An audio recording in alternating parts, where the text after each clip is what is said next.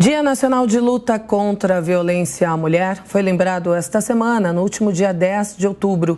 Segundo o Ministério da Justiça, no período de 29 de agosto a 27 de setembro, policiais civis e militares dos 26 estados e do Distrito Federal prenderam 12.396 pessoas acusadas de matar ou agredir mulheres em todo o país. Só pela Prefeitura de São Paulo, o número de atendimentos de casos de violência contra a mulher realizados até agosto deste ano aumentou 27,9% em relação ao mesmo período de 2021. Para tratar deste aumento dos casos de violência contra a mulher e as ações de combate a esse crime, o Jornal da Manhã recebe agora a coordenadora de políticas públicas para mulheres da Secretaria de Direitos Humanos e Cidadania da cidade de São Paulo, Ana Cristina Souza. Olá, bom dia, seja bem-vinda. Bom dia, obrigada. Bom dia a todos também. Bom, primeiramente, eu gostaria de entender melhor estes dados, a análise, o que teria provocado este aumento expressivo. Os casos de feminicídios estão incluídos neste aumento de violência contra a mulher e, infelizmente, prevalecem as principais vítimas, as mulheres negras. Esses dados que nós apresentamos de atendimento, ele registra o quê? Ele registra um aumento no atendimento das mulheres. Nós fazemos a leitura desse dado de que as mulheres, então, elas estão procurando mais os serviços, elas estão buscando mais os serviços, exatamente por conta dessa somatória de esforços, né? Entre o poder público, entre os canais e os meios de divulgação, porque estamos anunciando mais, estamos falando mais, estamos divulgando os locais onde essas mulheres podem buscar auxílio. Então, esse número, na verdade, nos mostra que existe uma somatória de esforços e essas mulheres estão chegando aos serviços de atendimento para apresentar suas denúncias. E depois da apresentação dessas denúncias, Ana, como é que funciona? Como é que é o procedimento? Porque isso é algo que muitas vezes intimida, né? Ou impede até que as vítimas denunciem ou levem às autoridades os casos de violência, né? Elas têm receio de que nada vá acontecer e de que a violência até piore depois da denúncia, à medida que o parceiro saiba que aquilo foi levado às autoridades, e isso muitas vezes desestimula, desincentivava, pelo menos, as denúncias de violência. Que bom que agora elas têm surgido, como você explicou, esses relatos têm aumentado, essas vítimas têm sido estimuladas e têm procurado mais os serviços de atendimento, mas essa ainda imagino seja uma barreira, né, Ana? Esse medo que as mulheres têm de que a denúncia agrave a situação ou de que nenhuma providência seja tomada contra o agressor. Como é que fica essa questão? Como é que isso está sendo desenvolvido pelas autoridades, Ana? Os serviços hoje de atendimento, eles contam não só com essa escuta e esse ouvir essa mulher e aquilo que ela traz, mas ela também conta com a possibilidade dessa mulher ser acolhida. Então, ela não precisa necessariamente retornar para o local da violência.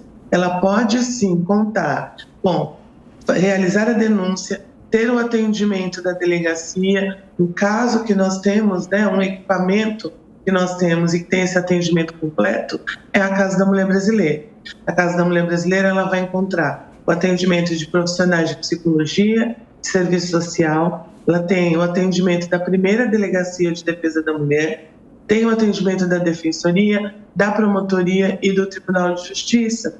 Então, ela vai no mesmo local, ela encontra todo esse atendimento e ela, inclusive, pode ser encaminhada para um alojamento, para um acolhimento.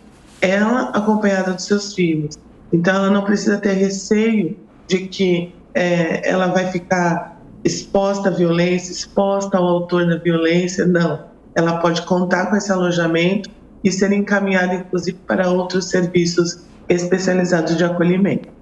Agora, Ana, estes números mostram que, de fato, essas campanhas, essas ações estão sendo eficazes porque as mulheres estão denunciando mais, estão perdendo o medo de denunciar os agressores. Mas, ainda assim, a gente percebe que os dados aqui no Brasil, em geral, são dados altos de violência contra a mulher. Nós estamos em meio a um processo eleitoral. Ambos os candidatos que disputam a presidência do Brasil estão tentando conquistar cada vez mais o eleitorado feminino. Na sua opinião, quais ações ações poderiam ser feitas, política pública em defesa da mulher para diminuir estes dados tão gritantes aqui no país?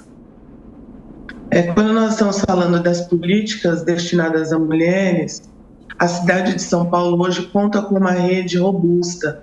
Nós estamos falando aí de mais de 35 equipamentos de porta aberta, que nós chamamos, para esse atendimento inicial, para esse acolhimento. Estamos falando de serviços de acolhimento, são mais de 10 serviços de acolhimento para mulheres na cidade de São Paulo, mas ainda nós sentimos, e exatamente por termos essa rede mais robusta, a gente acaba dando suporte para outros municípios, muitas vezes outros estados, e a gente sente a necessidade dessa implementação, dessa ampliação de investimentos também nos outros municípios e nos outros estados.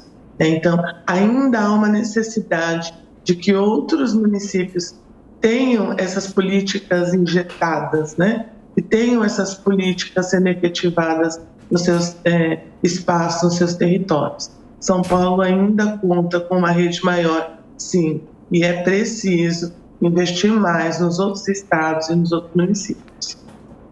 Agora, Ana, depois que um agressor eventualmente seja pego pelas autoridades, ele seja identificado, ele é preso, como é que isso tem funcionado? É claro que cada caso varia, mas, em geral, os agressores de mulheres, eles ficam presos ou eles só são levados para a delegacia, recebem ali alguma pena alternativa e voltam para a rua, para o convívio, às vezes, dessas mulheres que foram agredidas, ou não? Como é que tem sido a punição ou o desenrolar desses casos de violência contra a mulher?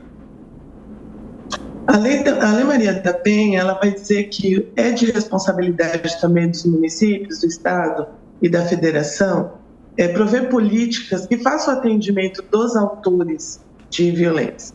A cidade de São Paulo conta com um programa, que é o Tempo de Despertar, é um programa de atendimento, de acolhimento desses autores de violência.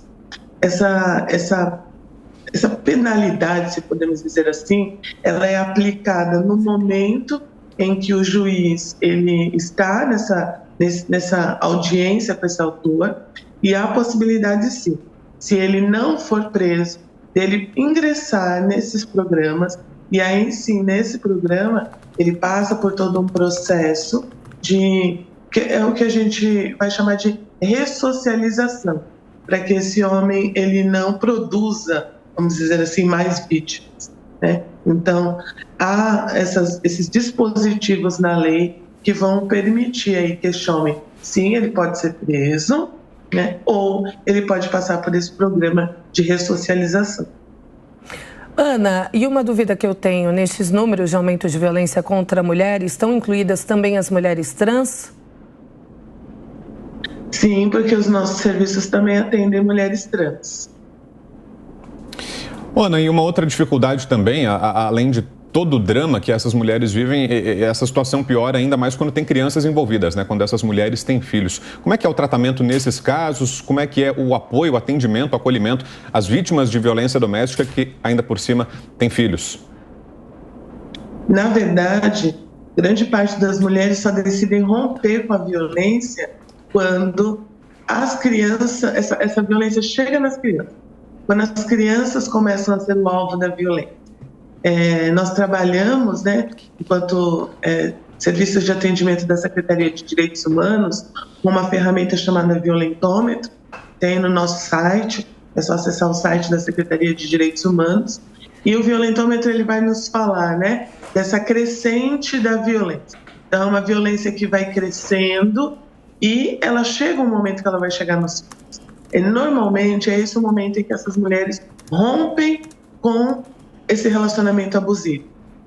E sim, os equipamentos eles estão preparados para acolher também os filhos dessas mulheres, né? Porque sabendo que essas mulheres só rompem quando os seus filhos, né? Quando essa violência chega nos seus filhos, quando os seus filhos são o alvo, nós também estamos preparadas para acolher os filhos dessas mulheres. Então, todo o espaço também é pensado e é preparado para acolher mulheres acompanhadas dos seus filhos.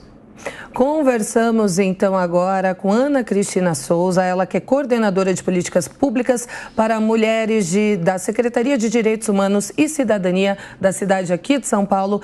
Ana Cristina, mais uma vez agradeço a sua participação no Jornal da Manhã. Excelente final de semana para a senhora. Obrigada, bom dia para todos, bom final de semana.